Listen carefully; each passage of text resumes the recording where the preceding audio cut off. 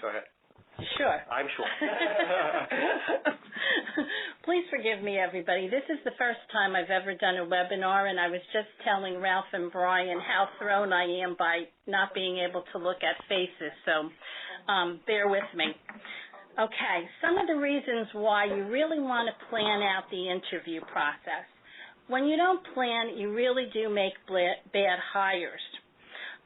When you plan right, you start out with a smooth employee-employer relationship with. It just sets the whole tone. Your employees know what's expected of them, and everything's set out in the beginning. The other thing is you don't want to get caught up in compliance issues. A lot of times people jump into the hiring process and they don't understand the laws that go along with the process. And that's one of the things that we're going to talk about on another slide. The other thing is a lot of people today think that you're the employer and the employee needs to make a good impression on you. Well, you also need to make a good impression on them. If you want to hire and attract the right people, you have to show the employee from the candidate, your future employee, from the get-go that you're a professional organization. So let's talk about the basics. Before you actually start the interview process, you really need to know what the mission of your company is and your company culture. No matter how well-skilled a person is, if they don't fit into your company, it's not going to be a good fit. You also need to know the laws related to the hiring process. Know the particulars of the position. I am a big fan of job descriptions. Job descriptions are not mandated, but I'm a really big fan. When you sit down with that employee, you have a well-written job description.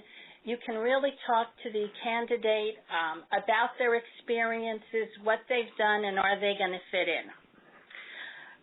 The other thing I'm a big fan of that a lot... It's also, not to jump into it, but it's also a great way when there is a problem that you have something in writing as to what the employee was supposed to do, and you're able to create your plan of correction when you give them warning and you develop the whole plan as so you don't get hammered from a discrimination standpoint. And yes, while we're a right-to-work state, you still want to build your file. And if you could start with the job description and that's what you use to keep the pros and cons as to what people are doing, it makes the lawyer's job a lot easier when you get into a fight with or you're getting ready to terminate somebody. So I'm also a big fan of the job description. And really, the job description you're going to use through the whole length of that employee employment with you. You're going to use that job description if there's a work comp claim and you have to devise the back-to-work program. I really like the job description for when you're planning your reviews. You shouldn't be reviewing people on things that they don't actually do or aren't in their job description. So you use that job description to plan the review. Down the road, if anything happens where the employee can no longer do their job, maybe because of something physical, that's all in your job description. Another thing that people don't use, and I really highly recommend, is an employment application. Most people do not use the application, or if they have one, it's outdated and there's things in there, questions that they shouldn't be asking. The job description, there should be a place on that job description that gives you the authorization to do things like check references. You should also have a statement in there that says if the employee gives you false or misleading information that you'll be able to terminate them. Also, if there's a discrimination issue based on how you hired, the job description shows that you've asked the same information from everybody. Employment application. Employment application. Okay. You said job description. I'm sorry. Did I say that? Job. I'm sorry, guys. This whole thing about doing the webinar has freaked me. So the employment application, what a lot of people do is they wait for the employee to be hired, and then they ask them to fill out the application. I recommend you doing that at the get-go. Another thing that you want to put on that job description, on that employment application, is if you have to comply with E-Verify, that you put a statement on there that says that you comply with E-Verify. What else? Oh, don't hire on talent alone. A lot of times somebody will come in and you just think they're wonderful. They could do everything in that job description that you need, but they're just not going to fit in. They're going to be a problem. So don't hire on talent alone. Don't hire on negative people. And also, I've seen so many companies do this. They oversell the company. Granted, you want to put a positive spin on everything and attract the right people. But very often, companies promise things to employees that they can't produce, but they want to get them on board. And that's a really big mistake. The key is, I think, once you set up a policy and procedure as to how you're going to bring somebody on board and hire them, don't deviate from that procedure, because I can't tell you how many times we get called when somebody has deviated from the procedure, and all of a sudden, when I have to go and get involved in the fight or the dispute, I can no longer say, well, we do this all the time. Because usually if you're deviating from the procedure, bad things happen. Okay, let's talk about what it actually costs the employer when they have to keep hiring and they're making bad hires. You're really wasting a lot of advertising dollars. You're taking a lot of your management time up, posting job ads, interviewing people, going through paperwork. And we all know this day and age, you put one job posting out there and 300 people apply. So it takes a lot of time. You also end up losing productivity because you have people who are, you're bringing on new people and they're not up to speed. Costs in overtime, customer complaints, and poor morale. So let's talk about some of the laws related to the hiring process. You have Title VII. We all know about that. Race, sex, color. You can't discriminate. Then with the GINA law, you have genetic condition or predisposition of diseases. Age Discrimination and Employment Act. Believe it or not, that starts at age 40. And then, of course, you have Americans with Disabilities Act. A lot of people, when they think about Americans with Disabilities Act, they're thinking about once the person is already on the job and making that reasonable accommodation. That also applies to the hiring process. So you have to make sure that employees can get into your building and actually file that employment application. And that's another area where the job descriptions come in.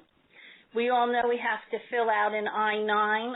We have to have a completed I-9 on every employee. If you're in North Carolina and you have 25 or more people, you need to comply with E-Verify. If you have employees in other states, E-Verify may not necessarily apply. So you need to check with the laws in those states. The other thing is the Fair Credit Reporting Act. People don't understand. They think the Fair Credit Reporting Act only applies to your credit. But that also applies to background checks and any type of background check that is done. And again, when you're doing these background checks, check with the state laws. Believe it or not, there are certain states that you cannot, if somebody has a bad credit, it's illegal not to hire them. In North Carolina, if somebody has an expunged record, you're not allowed to use that expunged record against them. So you really need to know all the laws. The other thing is, and especially regarding these laws, please make sure that if you have supervisors and managers doing interviews, that they're properly trained. These are the people who can get you in trouble. I always tell people, when your supervisor or manager opens their mouth, you speak. They're an agent of the company. So if they're going into an interview and they're asking things that they shouldn't be, it's going to come back to bite you. The other reason, we've talked about job descriptions before. I'm a big fan of job descriptions because if you have supervisors and managers who are involved in the interview process and you're concerned about them asking things that they shouldn't be, or saying things that they shouldn't be, or doing things that they shouldn't be, I recommend that you give them a job description and make it clear to that supervisor or manager that the only questions that they should be asking is what's on the job description. Don't ask anything else. For example, we talked about ADA in the hiring process. Suppose someone comes into your office and you see them limping, and you're concerned that are they going to be able to do this job? You cannot ask them about their limp, but you can ask them if they can perform the duties of the job description. So that's where that job description would come into play. I'll give you an example. I have a client who's a vet, and I don't know if you've ever taken an animal to the vet, but when you get there, generally if it's a bigger animal, they'll take the dog in a blanket and put it in a little cage, a little kennel, until the vet's ready to look at them. They had an employee who just took the job, and after 3 days on the job, she's complaining that she can't lift animals. So that's a good part of your job description, especially if you have anyone doing anything physical, that you give them the job description and there's a good description of anything physical that needs to be done. Believe it or not, there's been people who try to get out of jobs because maybe they're working on the 10th floor and they're afraid of heights. So be careful with those job descriptions. And does that also help an employer out with their work compensation claims and having a good, solid job description? Yes, that's a very good point, Brian. If someone goes out on a workers' compensation claim, they're going to go to the doctor, of course, for medical treatment. You as an employer want to get that employee back to work as quickly as possible. Every day that employee is on work comp and not working, your MOD is going up. So you want to work closely with the doctor's office and the folks handling your work comp claim to get that person back to work as quickly as possible. So maybe the person's job requires lifting 25 pounds, but now they can't lift 25 pounds. Maybe you can find something else to do, even if it's just sitting behind a desk and stuffing envelopes. The thing is, get that person back to work, and you work very closely again with the doctor's office and the work comp folks. And that job description, again, it's not just at the beginning of employment. That job description follows the employee the whole time through the employment process.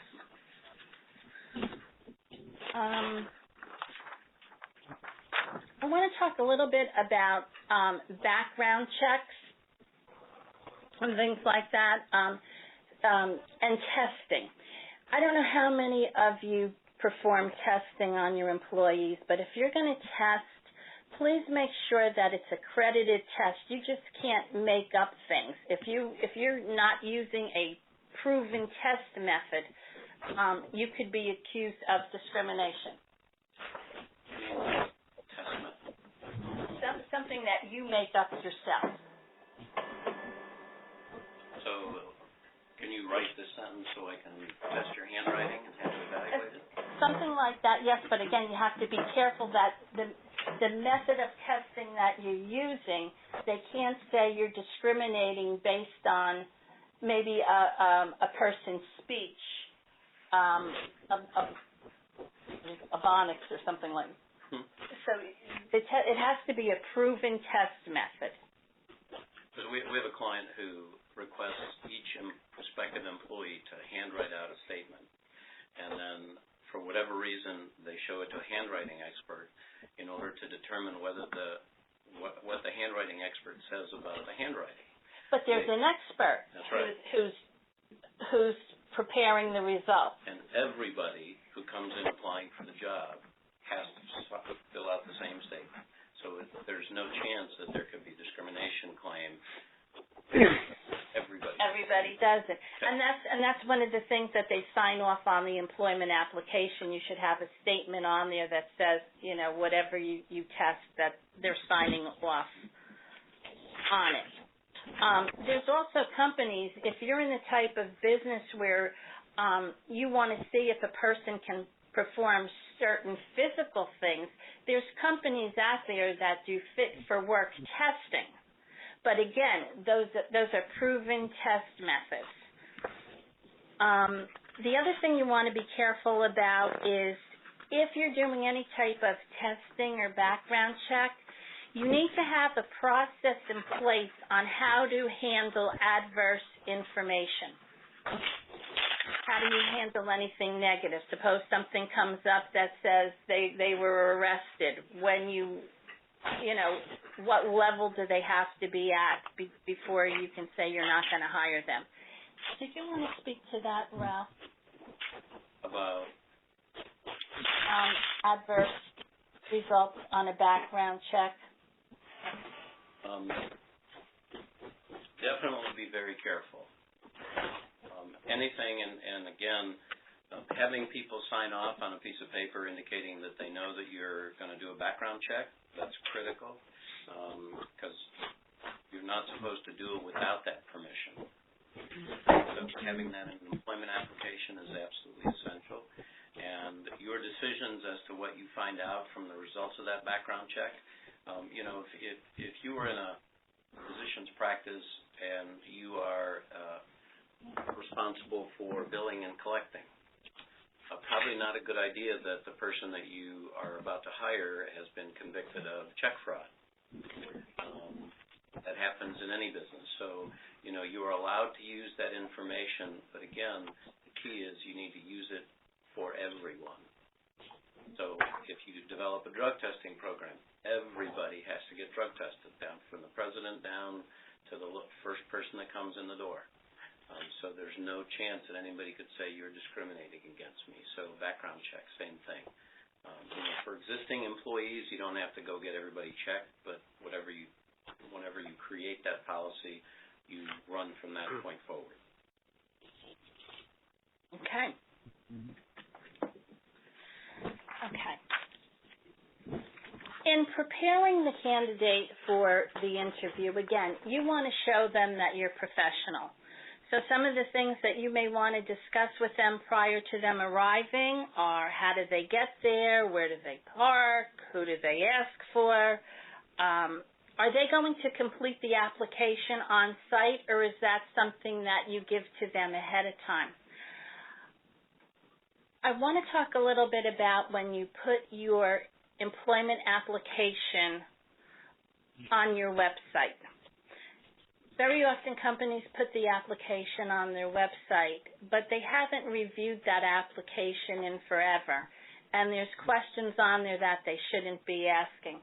So it's bad enough when an applicant comes in and you give them an outdated application, but when you're putting it on your website for the whole world to see, so please, if you're using employment applications on your website, be careful about that.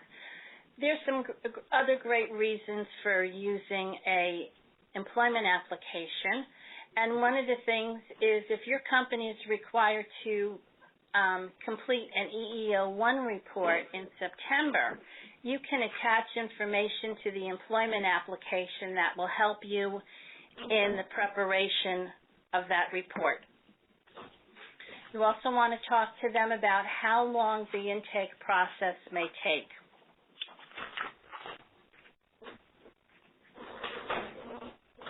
During the interview, show the candidate the job description and discuss the contents in great detail. Consider showing the candidate the work area. Believe it or not, that sounds like a stupid question, but certain employees have expectations of where they want to work and the type of environment they want to work in. If you're bringing somebody in who's not going to be a good fit and they're going to be leaving in 2 months, again, all this is costly. Deb, if you're replacing somebody, how have you seen people get around, especially if the person doesn't know they're being replaced? How do you get around showing them, this is about where you're going to work? Yeah, that can be tough.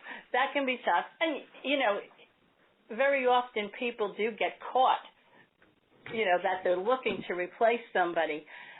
I have often met with job applicants, depending on the position and the type of environment you have, how much privacy you have. I've also met with people over lunch. So off-site. Off-site. That's one way to go. But remember, if you're off-site and there are other people around, don't talk really loudly. And don't use last names, because whatever confidentiality you thought you had might be gone away. So yeah, you never know who's sitting next to you. Deb, what are your thoughts on panel interviews? So, some companies like a McKinney that, wants a real creative group to work together. So when they're hiring somebody new, they want somebody to come in that they know is going to work really well and gel with that team. Well, that goes right back to one of the first things we talked about was knowing the mission of your company and your company culture. Not every employee is going to fit into every environment. Again, they may have the skills, but that doesn't mean that they're going to fit in. For example, several years ago, before I moved to North Carolina, I worked for a major clothing company. And the garment industry in itself is rough, but I have to tell you, there were more people with more personalities, and you had to just make sure that somebody fit in. You just knew the department you were in or where you were in by what was going on. The designers were highly creative people. There was always a lot of tears. The sales folks were very strong. There was always fighting going on there. And it sounds crazy, but it really was a challenge to get people to fit in to that type of environment. And we actually had a warehouse manager who was female. And getting people to work in that department was difficult. So again, somebody could be highly, highly, highly qualified, but that doesn't mean that they're going to fit into your environment. So knowing your culture is really important. And remember that the employees are interviewing, the candidates are interviewing you as well. They want to make, if they're good and worth their salt, they want to make sure that they're going into a professional company where they're going to be able to grow in their career.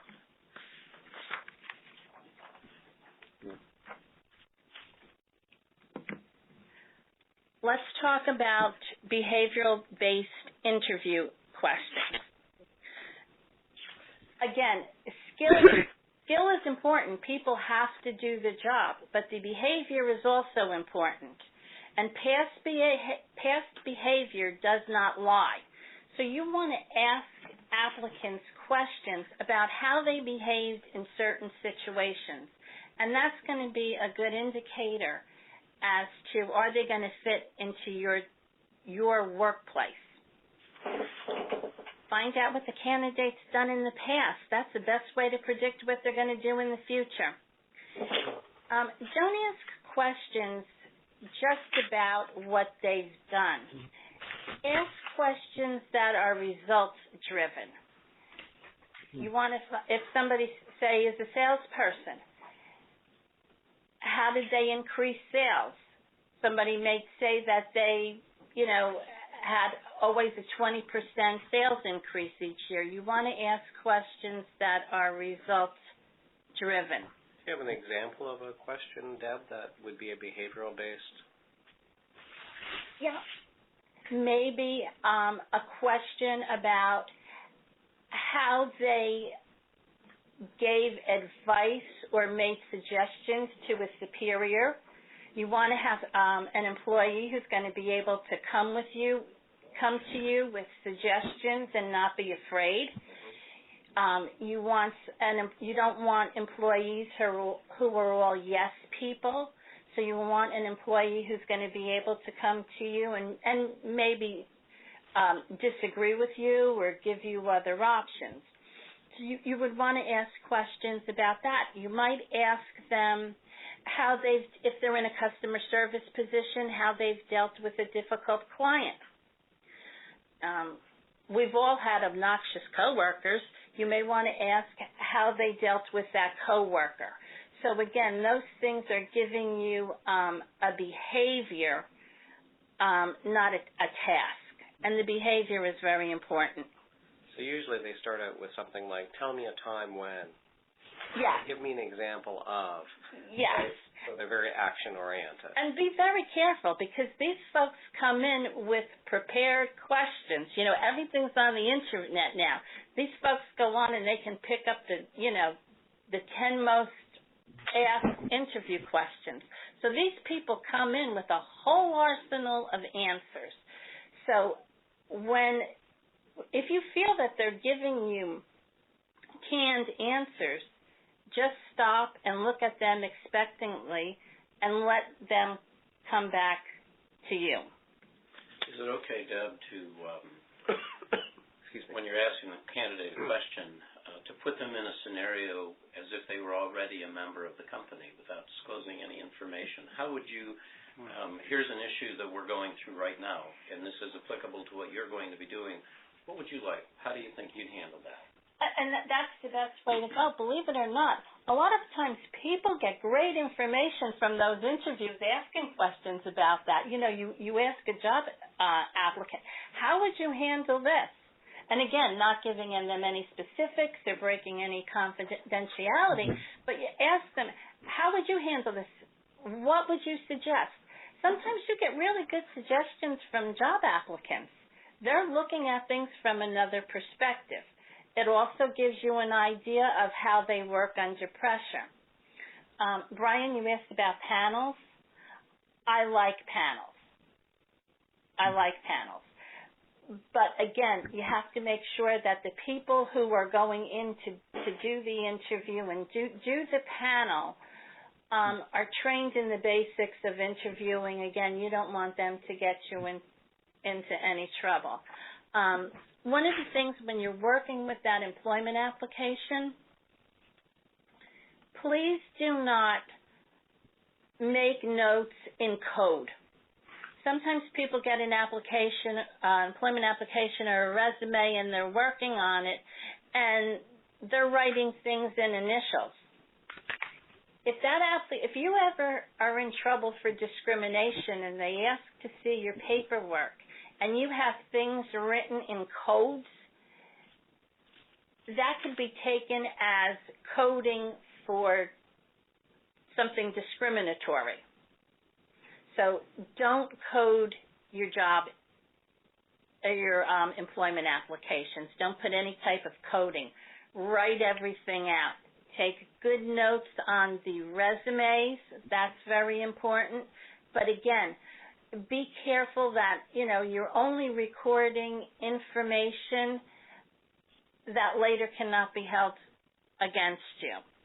I mean, some people, they get into an interview and they're just very friendly people and they start asking questions about things that they shouldn't. Are you married? Maybe something that refers to their national origin. So you really need to be careful. And again, I'm sure everybody who's sitting in on this call knows that. I don't have to tell you. It's your supervisors and managers who scare the the daylights out of me with some of the things that they do. Deb, how do you see employers train the people who are supposed to be doing these interviews and asking the questions? My experience has been most people get promoted to these positions, have no background in human resources, HR, employment law, any of that stuff, and they've done a good job in their former position and they just got promoted to this spot, and whether they're in charge of HR now or in charge of the interviewing process, they're not absolutely sure, number one, where to turn, nor are they sure how they can even tell anybody else what questions to ask and not ask. How have you seen that handled? That's a really good point. What I've done in the past as an HR manager is I've actually sat down and done short training classes with the supervisors and the managers, what you can ask. I mean, if anybody wants, I have a whole list of questions that you cannot ask and how to ask them in an appropriate manner and get the same information. But it's really important that when you promote someone, just like Ralph said, they're often promoted based on their skills and have no management experience. There's great classes that you can send people to. You can do an in-house training. You can bring a consultant in to do it. There's a million ways you can go. But please train those supervisors and managers. They're the guys that are going to get you in trouble. I'll give you an example. In New Jersey, I was the HR director, and we had a manager who was interviewing for the warehouse. I mentioned her before. So she interviews this gentleman, and she tells the guy, I'm going to hire you. You have the job. The job is just a formality. You just got to get past her, and everything will be okay, but you have the job. So now we run the background check, and the background check comes back and says that he did 7 years in jail for selling drugs in the warehouse. Now I'm looking at this report, and again, I find out that she told this gentleman, you have the job. Now I'm sitting there with this report. What am I going to do with it? So in these situations, if you have any type of an adverse report like that, do not try to handle it yourself. That's when you call somebody like Ralph. And this was in New Jersey. I promptly called our employment attorney. Now, you have to remember, this was in Jersey. Sometimes things are different. But I called our employment attorney, and she had said to me that based on the conversation that the manager had with the employee, that she would suggest that we go, he's been out of prison for a while and he hasn't had anything happen in the past, so you're kind of going to have to bite the bullet and you're stuck with him. So we brought the guy on. Now this is about 2 years later. I left the company. I'm sitting here in New Jersey, and I'm still friendly with all the folks in New Jersey, and I get in a call, and guess what? The warehouse was raided, and guess who was arrested again? So you really need to have a plan in place for adverse information. And, you know, just because somebody's done something wrong doesn't mean that you can preclude them from employment. You'd be surprised. I'll tell you another story. Back in New Jersey, I managed several offices for a temporary health company, and we were putting people in at this computer company, and I get a phone call that one of our employees was found putting computer equipment in the trunk of his car. So I get the employee on the phone, and, you know, of course we terminated him because he was stealing. Well, I get the call from unemployment because he went down to file unemployment, and I was trying to block his unemployment because in my mind I didn't think he should get unemployment if he's stealing. You know, the unemployment office asked me was the value of the equipment that he stole, and because it wasn't of a high value, they were going to give him his unemployment. So you really got to be careful with that information. And again, be careful if you have people in other states, because sometimes the laws are different. Again, here, just last year, they passed a law saying that you can't use expunged records in making hiring decisions. Now, if you're going to do that, make sure that's not the only reason that you've decided not to hire somebody. Find something else. Yeah. I know that's not legal advice, but practical advice of how to use that kind of information without violating the law. Sometimes there's a difference between practical and legal. And, you know, I know when you're hiring, it's always, you hate to say it, but, you know, what was that Forrest Gump used to say? Life is like a box of chocolates. You never know what you're going to get. I say the same thing about employees. Somebody can come in and they could interview so well. They have everything that you want. You go ahead and you make the offer, and then you come to find out that it was a bad decision. And you know what? Everybody's going to make those decisions. There's no way to get around it, but you want to do everything in your power to make sure that you're putting that best foot forward to find the right applicant. It sounds like using behavioral-based interview questions will help you reduce that exposure or that risk. Yes. And, you know, again, there's a lot of proven testing methods. If you're looking for a salesperson, there are certain qualities, behavioral things that are inherent in salespeople.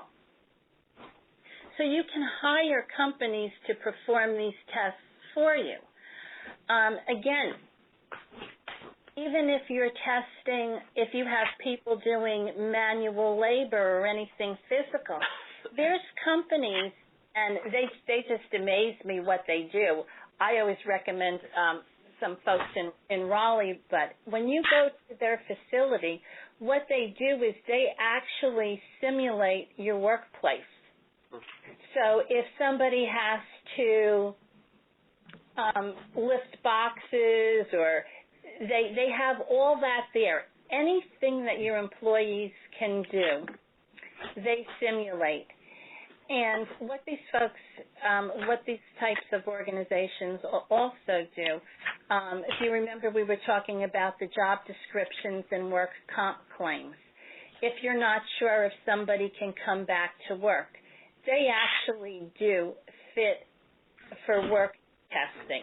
And these folks in particular just amaze me. I spent a half a day with them there, and they were very interesting. They said, come look out the window.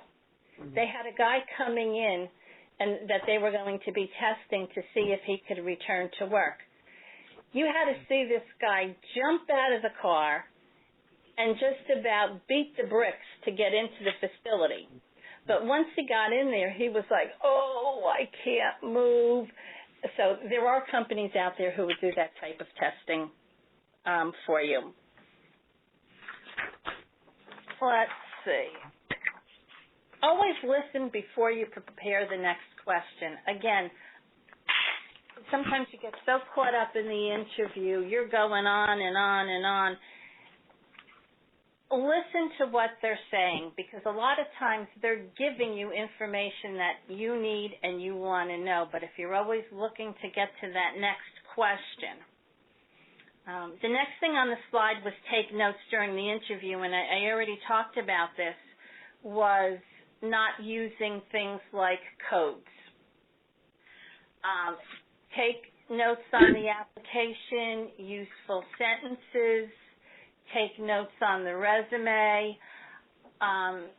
Again, if you're using supervisors or managers to interview people, give them a copy of the job description and make sure that they're not asking anything else except what's on that job description.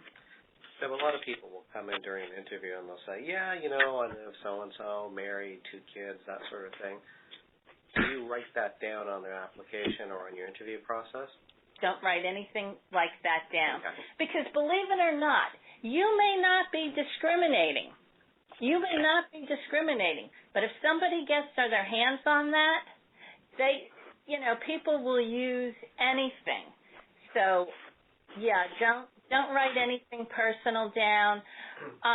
Now, in the alternative, though, if the candidate provides that information without you asking that question, because the candidate sees a picture of your wife and kids on your desk, and they're trying to be personal and say, oh, I see you've got a 12-year-old. I've got a 13-year-old. You can write down what they said, but make sure you put on your notes that the candidate volunteered this information. Yes. Or the candidate volunteered they were about to be pregnant, or they were trying to get pregnant, or whatever. Any of that personal stuff, because candidates can get sloppy sometimes. And so if you're the interviewer, make sure you mark down that the candidate offered, not the question that came from us. Yes, exactly. And again, even things with physical problems. Again, if you see somebody with a limp or something like that, if they offer the information but you can't ask, you'd be surprised what people tell you in an interview. Always be positive in the interview. Remember, you may be interviewing somebody who you know you're never going to hire. You just know he's not, he or she is not qualified for the job or whatever, but you don't want to make them feel bad. They may come back to you at another time for another position, or you may feel that, later down the road you have something that suits them. So always be positive with your applicants, and always keep asking questions. I get off track, folks. I'm sorry. We already talked about the next slide. Candidates coming in with an arsenal of prepared responses. That is so common. Their answers are rehearsed. Again, just keep asking questions.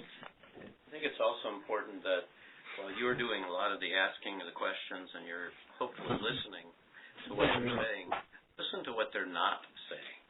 And don't be afraid, other than asking the wrong questions, don't be afraid to follow up on the things that don't get said that maybe you thought should have been said as part of that answer. I mean, interviewing is a skill. We all get better at it as we do it, and we learn what to look for. So that's why I'm such a big proponent of planning out this whole process and not just jumping in. I'll give you an example. I work with a company. These folks are wonderful. I love them dearly. They're great people. They always want to do the right thing. They're just a great organization. And they had an employee file an EEOC grievance against them. That was just silly. But we had to go through the process of handling that. And 2 weeks after that was done, the hiring person calls me up and she says, Deb, what do you think? I have this position available. I need to fill it right away. It's very important it gets filled right away. I had a girl call who used to work for us, and she wants to come back to work. What do you think about me rehiring her? So I said to the woman, well, what kind of employee was she? How did she fit in? What was she like? And the person said to me, Deb, she was the most accurate. She worked fast. Everything about her was wonderful except her personality. Everything around her was drama and everything was a problem. So I looked at her and I said, well, if you Why do you want to bring somebody like that back? You just got done handling an EEOC charge that was false, and you're talking to me about bringing back somebody who was a problem employee. But I'm telling you, we all get caught up in it. You have that position available, you need to get somebody in, and you make bad decisions. So if you just take the next time you have to hire the basics out of this brief webinar and go down the list, you'll find it helpful, I hope. And just remember, once that person is hired, it doesn't stop. I don't know how many of you use an offer letter, but I'm a big proponent of offer letters. Okay. Do people follow up the offer letter with an employment contract, or what do you see happen after that? Because typically I get copies of those letters, and it's signed by somebody at the company, and then it's right down there, accept and agree to, by the new employee.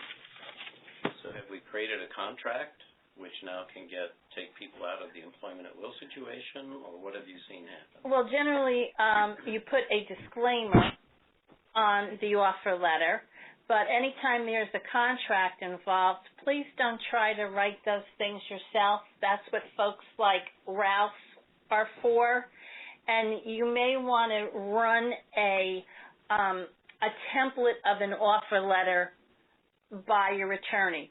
The offer letter, if you put things in there that are essential functions of the job, and things like things you have to do physically, things that can be measured, they're very good to have that. It's very good to have that in the offer letter. But again, you need to put disclaimers on that as well. You should have the template that you use run by your attorney, and if you're using an employment contract, please don't write those things yourself. I see some things that go into contracts, and that's what the attorneys are for. If you're going to go through the trouble of putting somebody under contract, you want to make sure that contract is written properly. Another piece just for, I see this all the time when people use offer letters. They want to use the offer letter to put in some marketing or PR stuff about the company, how great it is to work here, how wonderful your life's going to be, just some really crazy things. Don't do that, because that gives the employee the opportunity to come sue you. My life wasn't wonderful. It wasn't great here. And, while it looks good, that's not the purpose of either the offer letter or the contract. Things like that can get you in big trouble. Yeah, making big promises or any promises, really, again, the offer letter is great. Make sure there's disclaimers in there. Run the template by your attorney. Let's talk about ending the interview. Ask the candidate if there's anything else they would like to tell you about their qualifications. Again, we all get in this rhythm of how we do an interview, and there may be a piece of information that's really helpful that they didn't get a chance to tell you, and now they may feel that you're ending the interview and they're afraid to give you that piece of information.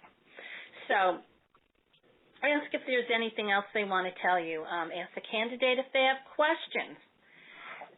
At this time, you should be asking them if the person is interested in the position.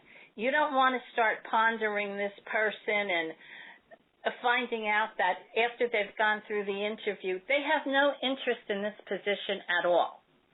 So find that out. Notify them of when they can expect to hear further contact from you. You don't want to lose the good employee because you didn't call them for 2 weeks because you were on vacation, or things are busy in your office and you really want to hire this person, but you really haven't had the time to call them and make them an offer. And then they take something else because they think you're no longer interested in. So I usually tell people, we hope to be making a decision by, if you don't hear from us, please call me, because you don't want to lose that candidate. Walk the candidate to the door, thank them for their time. Deb, what about folks that you're not going to hire? Does the employer have to phone them back and say, hey, we placed the position and you weren't the successful candidate? What's your recommendation?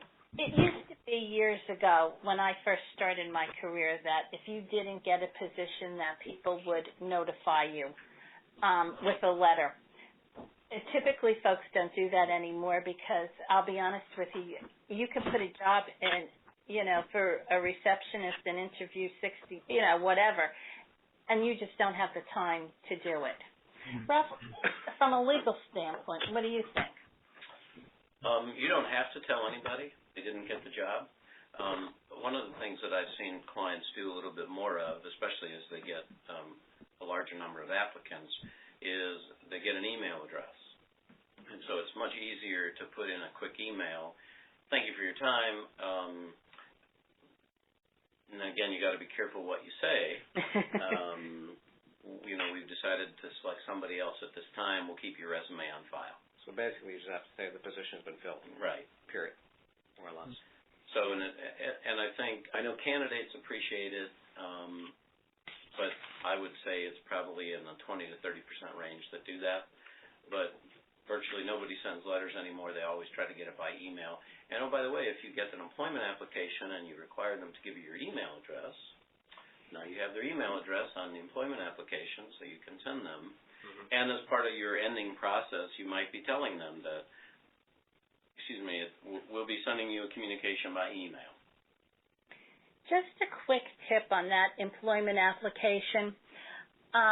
If you're in an industry where you have a lot of people who come in and they can't get past the E-Verify process, it's very frustrating because they come in, you get their I-9, the I-9's completed correctly, and if you have to comply with E-Verify, you put them in E-Verify, and then 2 days later you get a statement back that says that their records don't match up, and then you have to go through that process of giving them the opportunity to contest that determination or not and go through the process. And I've been getting a lot of calls from companies who, they're like, Deb, how do we stop this? Because we're getting all, once they go through E-Verify, we can't get them through. So I recommend in putting in on your employment application that this company is obligated to comply with E-Verify. And sometimes if someone knows that they can't get past the E-Verify process and you have to comply with E-Verify, that they'll just leave rather than you put them in the system. So, as you're ending the interview process and you think you have a positive candidate and you let them know that you're going to be letting them know whether or not they get the job, do you tell them at that time that, by the way, we do employment reference checks and we do drug testing? I usually don't get into that because it's on the application. So again, you use that application for things like that says, we are going to do a background check. We are going to do this. And they sign that. And that's one of the reasons why I'm such a big fan of the employment application, because you're getting things on there and having them sign off on it right from the get-go. So, and that should be one of the things that you do as the interviewer, is to make sure that that application is completed and signed. I meant to mention something before, Ralph, when you spoke about the company who did the handwriting analysis. Mm-hmm. One of the reasons why another reason why I'm a fan of the employment application is because when you give somebody the employment application and you ask them to complete it, you can see a couple of different things. Can they follow instructions? Or do they have an attitude? I'm sorry, I don't complete job applications. I have a resume. So you get to see that. You get to see if you need somebody, I mean, even though it's an age of computers, there's still things you have to write on paper and things that you have to do. You get to see, what's their communication skills like? If they're going to be handwriting, are they going to be writing in a way that other people can read it? Or there's good information on the job application or employment application, whichever term you prefer, job application, employment application. But there's a lot of good information on there. It's a great tool. Again, if you ever get called out on the carpet for anything involving discrimination, you can show that all employees were asked to provide the same information. And if you don't use one now and you decide you want to start going forward, make it a permanent commitment that you go forward. You don't have to go clean it up from the past. You can start today. Yeah, but again, make sure that whatever you do for one, you do that for everybody. And even if you're going to be doing drug testing or background checks or any type of physical testing, make sure whatever you do for one, you do for everybody, because that's when you're going to get in trouble. I guess at this point we can open the floor for questions. Is there anybody that has any questions for Deb before we sign off?